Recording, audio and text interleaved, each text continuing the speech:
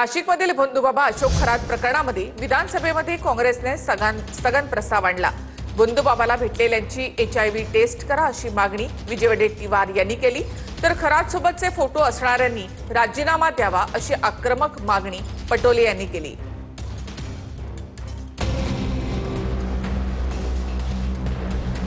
नाशिकमधल्या भोंदूबाबा अशोक खराच्या प्रकरणी विधानसभेत काँग्रेसने स्थगन प्रस्ताव आणला। यावेळी भोंदूबाबाला जे कोणी भेटले त्यांनी HIV टेस्ट करून घ्या अशी मागणी वडेट्टीवारांनी सभागृहात केली आहे, तर खरात सोबत फोटो असलेल्यांनी राजीनामा द्यावा अशी मागणी सभागृहात पटोलेंनी केली आहे। जे जे भेटले, जे व्हिडिओ क्लिप आलेत, व्हिडिओ क्लिपमध्ये आलेत, व्हिडिओमध्ये आलेत, त्या सर्वांचे CDR मोबाईलचे चेक केले पाहिजे। आता त्याची सगळे जे जे भेटलेत ना, जे भेटले त्याची HIV टेस्ट पण करून घ्यावी लागेल आपल्याला। जेवढे भेटलेत ना त्या भोंदूबाबाला सगळ्याची HIV टेस्ट गव्हर्नमेंटनीच करून घेतली पाहिजे, नाहीतर संसर्गजन्य रोग होईल, सगळेच मरतील। महिला अध्यक्ष ज्या होत्या चाकणकरला त्यांना राजीनामा दिला, मग ज्यांचे फोटो आले त्यांनी राजीनामा द्यावेत ना। भास्कर जाधवानी देखील भोंदूबाबा अशोक खरात प्रकरणावरून हल्लाबोल केलाय। सगळ्या पक्षाचे त्याच्यामध्ये लोकप्रतिनिधी आहेत, मी कुठल्या एका पक्षावर बोलत नाही। आणि आता त्या बुवाचं मूत्र प्यायला जाता तुम्ही, लाजा वाटत नाही या महाराष्ट्रामध्ये, पुरोगामी महाराष्ट्रामध्ये असे उद्योग करायला? या सगळ्या उद्योगामध्ये अध्यक्षमध्ये मंत्री आहेत। या संदर्भातली स्थगन प्रस्ताव आपल्याकडनं आलेला आहे। मी आपल्याला 2 मिनिटं मांडायची संधी दिली आहे, यावरती मी चर्चा घडवून आणणार नाहीये। त्यामुळे आपल्याला जेवढं मांडायचं तेवढं मांडा, आपल्याला जेवढं मांडायचं तेवढं आपण मांडा, मला पुढे कामकाज चालवायचंय। चला। वडेट्टीवारांनी उपस्थित केलेली शंका आणि त्यावरून केलेल्या मागणीचा अंदाज खरा ठरला तर भोंदूबाबा अशोक खरातमुळे अनेक जण HIV बाधित होण्याची भीती आहे। खरात प्रकरणामध्ये ज्याचा संबंध असेल त्याला सोडलं जाणार नाही असं मुख्यमंत्री देवेंद्र फडणवीसांनी म्हटलेलं आहे। शक्ती असल्याचं भासवून फसवणूक केली गेल्याचं देखील फडणवीसांनी म्हटलंय। संदर्भात कारवाई जरी आता झाली तरी देखील याची तयारी आधीपासून सुरू होती। या संदर्भात पूर्णपणे कारवाई आपण करतो। हा आपल्या कोणाही करता राजकारणाचा प्रश्न नाही आहे। मी नेहमी क्लीन चिट देत नाही, जो क्लीन असतो त्यालाच क्लीन चिट मिळते, अशी कुठलीच चिट माझ्याकडे नाही। आणि याच्यात तर ज्याचा दुरान्वयानेही संबंध असेल त्यालाही सोडलं जाणार नाही। हा महिलांच्या डिग्निटीचा प्रश्न आहे। काहीतरी वेगळ्या पद्धतीचं भासवून, वेगळ्या शक्ती आहेत असं सांगून अशा पद्धतीचं त्यांचं ब्रेन वॉशिंग करणं, अशा अनेक गोष्टी याच्यामध्ये करण्यात आलेल्या आहेत। भोंदूबाबा अशोक खरात लोकांना कशा पद्धतीने फसवायचा हे समोर आलंय। खरात हा नकली सापाला रिमोटद्वारे कंट्रोल करायचा, लोकांना आपल्याकडे दैवी शक्ती आहे असं सांगून फसवायचा। पाहूयात। आपण देवाचा अवतार आहोत हे पटवून देताना भोंदूक खरात विज्ञानाच्याच आधारानं कसं मूर्ख बनवायचा त्याचाही उलगडा झाला। विविध समस्या घेऊन आलेल्या भक्तांसमोर तो एका खोलीमध्ये पूजेला बसायचा। प्रत्येक भोंदू करतो तसं तो नौटंकी करून काहीतरी बडबडायचा। त्याच वेळेला एक मोठ्या लांबीचा साप त्या खोलीमध्ये यायचा। प्रत्यक्षामध्ये हा साप नकली होता, त्याला एका रिमोटद्वारे स्वतः खरातच कंट्रोल करायचा। मात्र आधीच अंधश्रद्धेची पट्टी बांधलेले लोक त्यावर विश्वास ठेवायचे। नाग आल्यावर आपल्याला नागदेवता प्रसन्न आहे असं भोंदूक खरात सांगायचा। अशाच क्लुप्त्या वापरून त्यांना आतापर्यंत करोडो रुपये उकळले आहेत। धक्कादायक म्हणजे या भोंदूच्या नादाला अनेक बडे नेते, बडे अधिकारी सुद्धा लागले होते अशी माहिती आहे। काल नाशिक पोलिसांनी फक्त 5 मिनिटात भोंदूक खरातची सगळी दैवी शक्ती जमिनीवर आणली। चौकीमध्ये पोलिसांनी त्याला असा पाहुणचार दिला की बाहेर पडल्यावर त्याला जाणं देखील जड झालं। स्वतःला देवाचा अवतार म्हणवणारा भोंदू पोलिसांच्या अवतारापुढे गयावया करत होता। बाजारामध्ये 5 रुपयांपासून 50 रुपयांना मिळणारे खडे या भोंदूनं काही लाख रुपयांना विकले। चिंचोक्यांना पॉलिश करून त्या मी मंतरल्या आहेत म्हणून त्याने एक चिंचोकी 10,000 ते 1 लाखांना विकली। ज्या लोकांनी या भोंदूचे पाय धुतले, तीर्थ म्हणून त्याच्या पायाचं मळकट पाणी प्याले, त्यांनी दैवी अवतार म्हणून घेणाऱ्या या भोंदूचं हे खरं चित्र बघायला हवं। माझ्याकडे दैवी ताकद आहे म्हणणारा हा खरात पोलिसांच्या 4-5 मिनिटांच्या प्रसादानं ठिकाणावर आलाय। तर बंधू अशोक खरातच्या शिवनिका ट्रस्टची SIT चौकशी होणार आहे। या ट्रस्टीमध्ये खुद्द रुपाली चाकणकर यांचा देखील सहभाग होता, त्यामुळे चाकणकरांच्या मागे सुद्धा चौकशीचा फेरा लागण्याची शक्यता आहे।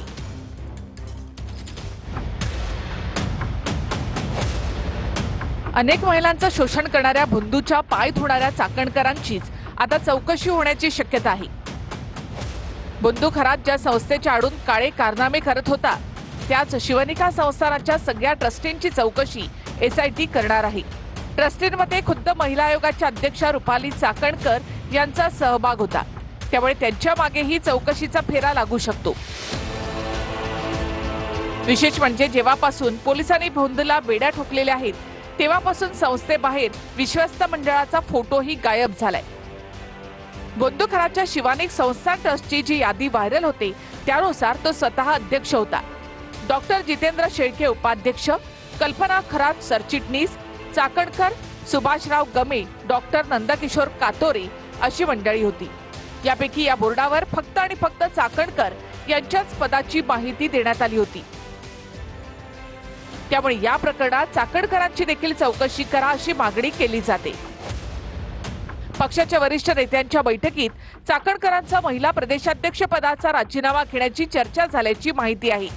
दुसरीकडे खरातकडे सत्तेतल्या बड्या नेत्यांची उडबस असल्यामुळे अनेक पीडित बोलण्यास घाबरत होते। आता अटकेनंतर त्याचे अनेक गुन्हे समोर येऊ लागले। बंधू खरात दर शनिवार रविवारी मिरगावच्या फार्म हाऊसवर यायचा, लोकांवर दहशत निर्माण व्हावा म्हणून कमरेला बंदूक लावून फिरायचा। त्याच जोरावर काही शेतकऱ्यांच्या जमिनी बळकावणं, खोटे गुन्हे दाखल करणं असे आरोप त्याच्यावर झाले। शिर्डीमध्ये खरातची कोट्यवधींची गुंतवणूक देखील समोर आली आहे। वॉटर पार्क शेजारच्या निमगाव शहरात एका उद्योगामध्ये खरात भागीदार आहे। जेमतेम परिस्थिती असलेल्या खरातनं इतकी माया कशी जमवली याची ही चौकशी होणार आहे। नाशिकच्या एका शेतकऱ्याच्या खुनाचा देखील आरोप खरात याच्यावर झालाय। गवळा गावात खरातनं एक शेत जमीन हडपली, मात्र बड्या नेत्यांमुळे पोलिसांनी त्याच्या विरोधात गुन्हाच नोंदवला नाही। केस कोर्टात गेल्यानंतर निकाल येण्याच्या 2 दिवस आधीच शेतकऱ्याचा संशयास्पदरित्या मृत्यू झाला। 2022 मध्ये याबद्दल शेतकरी विलास जाधव हे तक्रारीसाठी पुढे आले होते। ज्या टायमाला माझ्या बंधूनं त्यांचा काही विचारणा केली असता माझ्या भावाला त्यांनी सांगितलं का तुम्ही कोर्टात जा, तुम्ही कोर्टाकडून न्याय मागा। तर भावाने कोर्टात पण अर्ज दाखल केला, कोर्टातून केस लढले। 2022ला स्टे येणार होता, परंतु 17 डिसेंबर 2022ला भावाचा अपघाती निधन झाला। तो अपघात नसून घातपात असल्याचा आमचा संशय। खरातच्या कॅनडा कॉर्नर परिसरातील ओकस कार्यालयाची पोलिसांनी तपासणी केली। याच कार्यालयातून बंधूबाबा खरात जमिनीचे व्यवहार करायचा। बंधूबाबा खरातचं कॅनडा कॉर्नर परिसरातील हे कार्यालय काही दिवसांपासून आता बंद आहे। सातारा झेडपी राणा प्रकरणावरून मंत्री शंभूराज देसाई आक्रमक झाले। सातारा पोलीस दंडाला पायाला कमरेला पकडून खेचत होते, यामध्ये मी जखमी झालो असं देसाई म्हणाले। तर मंत्री मार खातायत, भाजपचं नाव घ्यायला घाबरतायत अशी टीका अनिल परब यांनी केली। दरम्यान सातारा पोलीस अधीक्षकांच्या निलंबनाचे नीलम गोरेंकडून निर्देश देण्यात आले।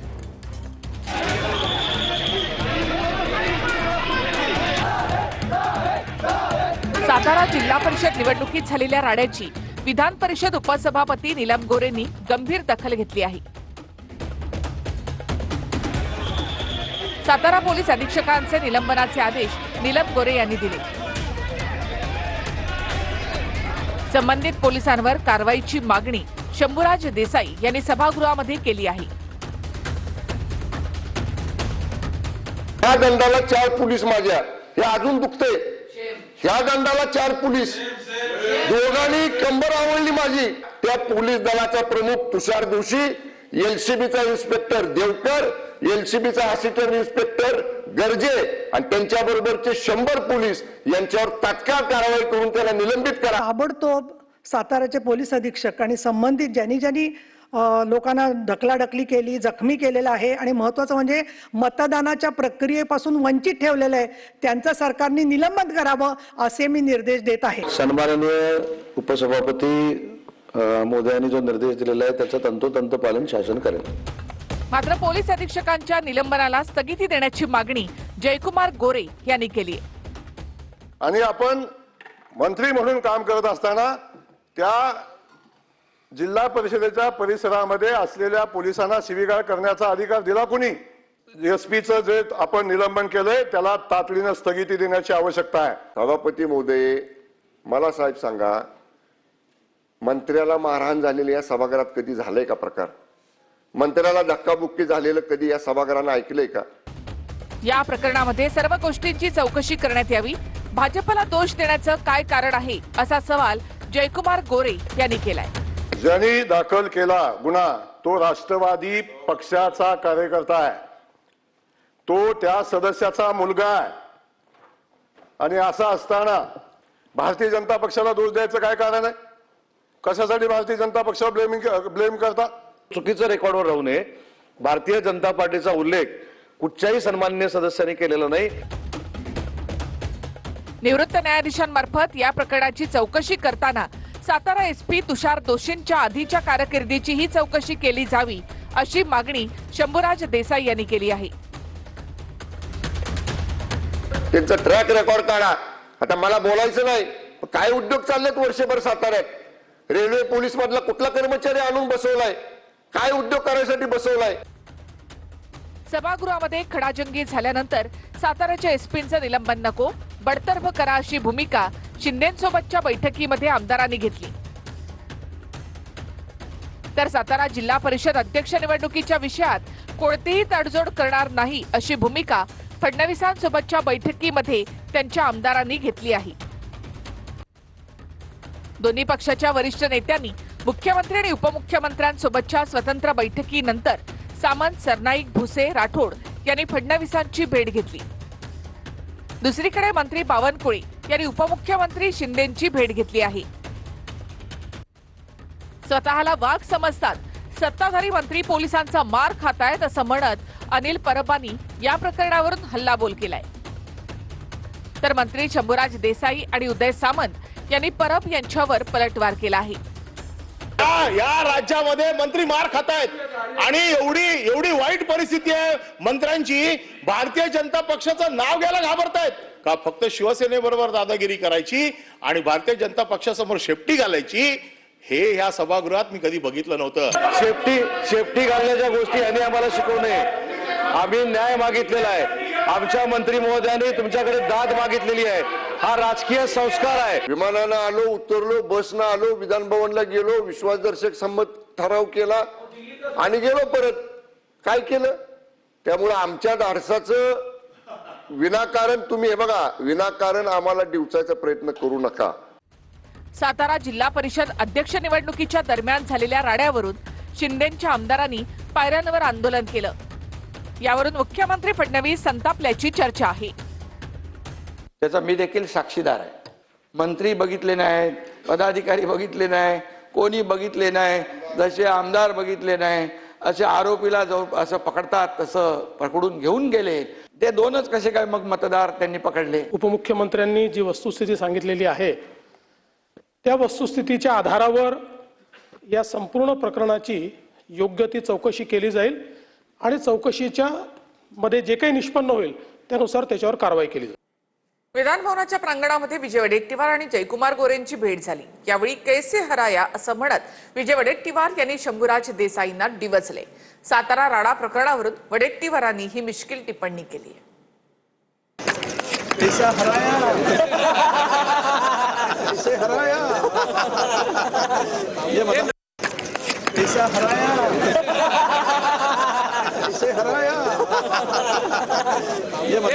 माझ्या कमिशनचे 35 कोटी मी कार्यकर्त्यांना दिली असं संजय गायकवाड यांनी म्हटलं. जे कार्यकर्ते सायकलवर फिरायचे ते आता फॉर्च्युनर मध्ये फिरतायत.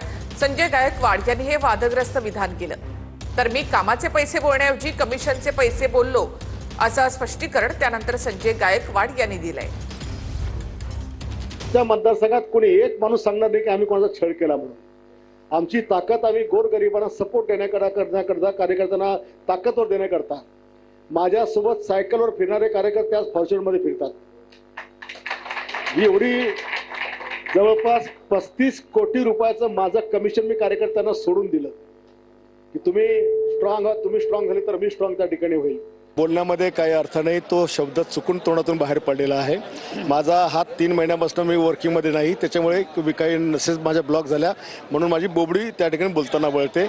तर मी हे शब्द वापरला होता की सारखे ठेकेदार मला कामं मागायला यायचे आणि तेच कामं करायचे, पण काही कार्यकर्ते म्हणे आम्हाला पण कामाची गरज आहे, म्हणून 35 कोटीची कामं मी कार्यकर्त्यांना वाटली, असा तो शब्द मला बोलायचा होता. पण 35 कोटीची कामं वाटायच्या ऐवजी तो कमिशनचा शब्द तोंडा 14 किलोचे एलपीजी सिलेंडर आता 10 किलोचे होणार नाहीत असं सुजाता शर्मा यांनी म्हटलेलं आहे. एलपीजी सिलेंडरचं वजन कमी करण्याच्या केवळ अफवा आहेत असं सुजाता शर्मा यांनी म्हटलं.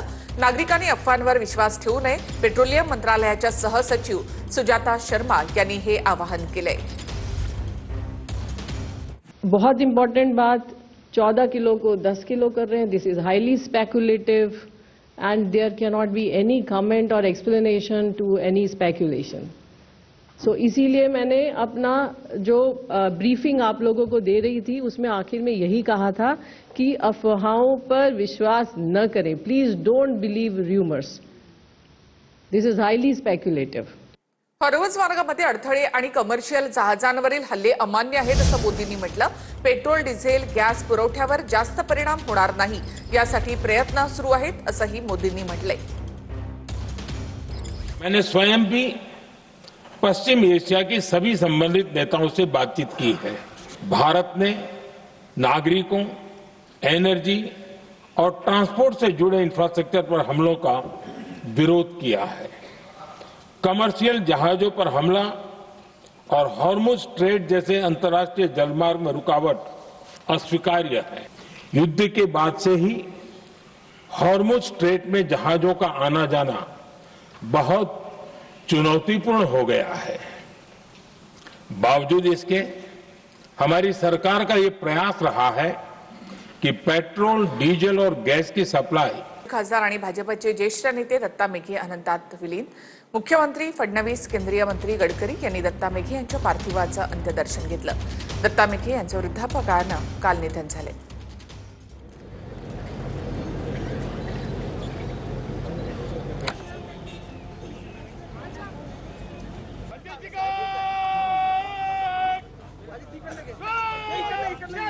दादा रोकेचे, आमदार अभिजित वंजारीजी, आमदार सुधाकर अडवाले या सर्वांच्या वतीनं वर्धा जिल्ह्याच्या माननीय जिल्हाधिकारी, माजी केंद्रीय मंत्री आदरणीय हंसराज अहिर, जिल्हा परिषदेचे मुख्य कार्यकारी अधिकारी